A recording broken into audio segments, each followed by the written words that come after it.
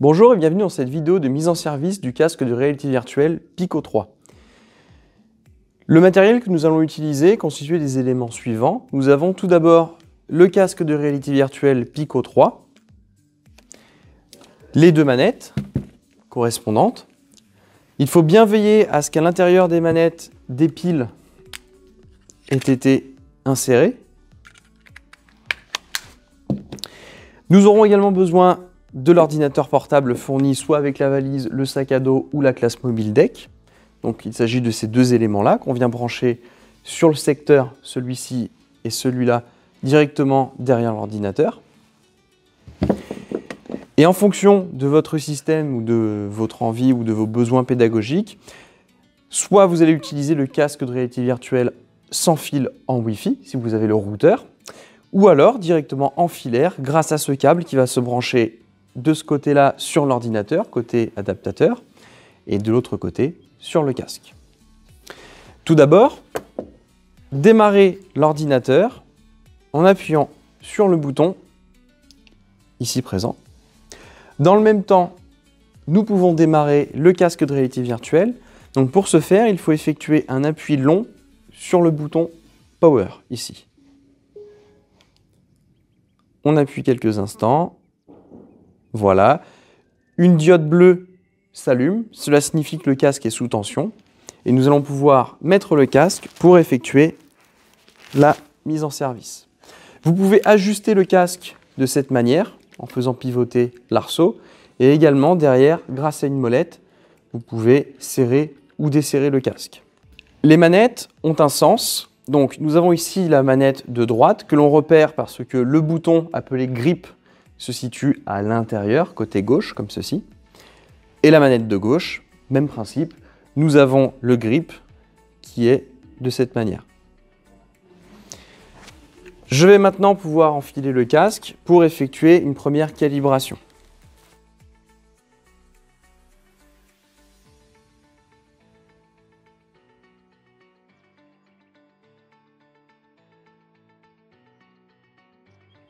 Donc là, je vais faire... Donc j'ai deux choix, soit zone rapide, soit zone personnalisée. La zone rapide, en fait, le casque va générer un aire de jeu dans un rayon de environ 1 mètre ou 1,50 m autour de moi, dans lequel je vais pouvoir rester statique. La zone personnalisée, donc c'est celle que je sélectionne à l'instant, c'est un peu plus avancé, donc je dois définir le sol. Voilà, donc je mets la manette. Je pose la manette légèrement au sol pour définir le niveau de ce dernier. Voilà, je clique avec la gâchette au niveau de mon index sur Suivant. Très bien. Et maintenant, je viens dessiner la zone au sol. L'intérêt de pouvoir dessiner la zone au sol, c'est que cela me permet d'éviter les obstacles. Donc là, par exemple, je vais dessiner au sol en prenant soin d'éviter l'ordinateur, le trépied avec la caméra et voilà, je termine, je fais le tour. De cette manière, ma zone de jeu est entièrement sécurisée et si je sors de l'aire de jeu, eh bien, le casque va m'indiquer que je suis sorti de l'aire de jeu et qu'il faut que je rentre dans ce dernier. Ok, donc là j'arrive dans un environnement virtuel. Je dois maintenant enlever le casque et faire la partie sur l'ordinateur. Après avoir paramétré le casque de réalité virtuelle, donc l'eSpace Deck a eu le temps de démarrer. Il se démarre automatiquement sur l'ordinateur. Après le chargement, nous arrivons sur cet écran. Lancement des outils. Pour faire fonctionner le casque avec l'ordinateur, nous avons besoin de lancer certains outils. En l'occurrence ici SteamVR. Donc pour le démarrer, je clique sur Activer. Voilà, ça passe en vert. Et ensuite, lancer les outils. Donc les outils vont démarrer automatiquement. Voilà. Donc ça, c'est très important de le démarrer de cette manière-là. Et pour le casque Picolink, nous allons devoir aller dans Ressources et lancer l'utilitaire qui s'appelle Pico. Cet utilitaire est propre au casque Picolink et permet de faire fonctionner le casque soit en filaire, soit en sans fil. Dès que les outils sont démarrés, donc SteamVR et Picolink, nous allons pouvoir brancher le casque à l'ordinateur. Donc, sur le casque, nous avons plusieurs ports. Nous avons vu ici le bouton Power pour démarrer le casque. Nous avons ici l'emplacement pour charger le casque, un port USB-C. Et là, en dessous se cache, en plastique mou, nous allons retrouver un autre port USB-C. Ce port USB-C permet de relier le casque à l'ordinateur grâce au câble ici présent. Donc, je viens le brancher de cette manière à l'intérieur et il n'est pas possible de se tromper puisque ici on retrouve un élément avec une vis permettant de fixer fermement le câble au casque.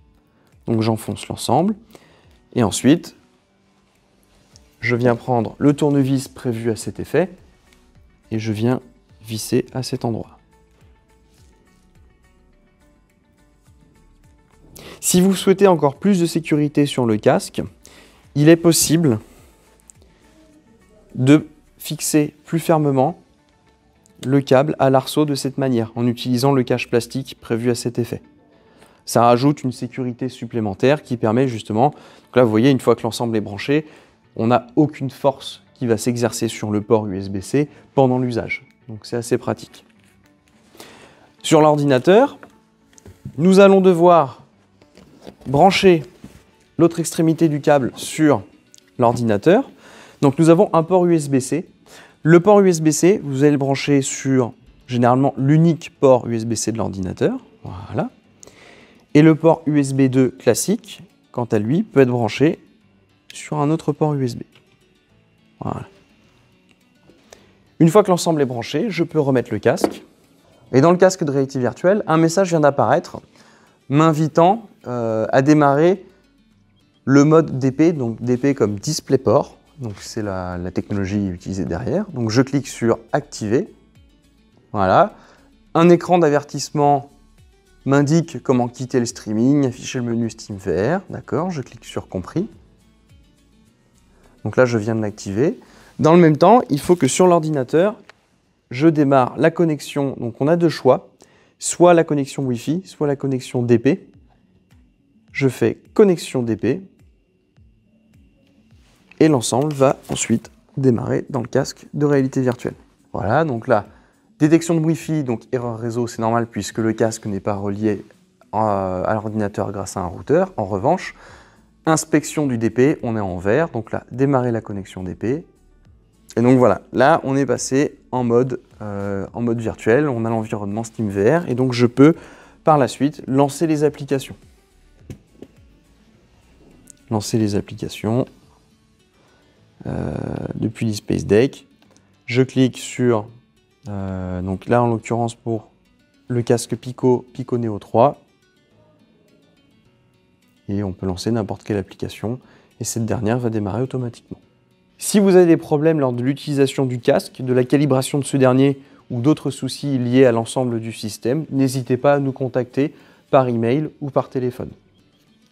Je vous remercie d'avoir regardé cette vidéo de présentation et vous souhaite une bonne utilisation de votre matériel.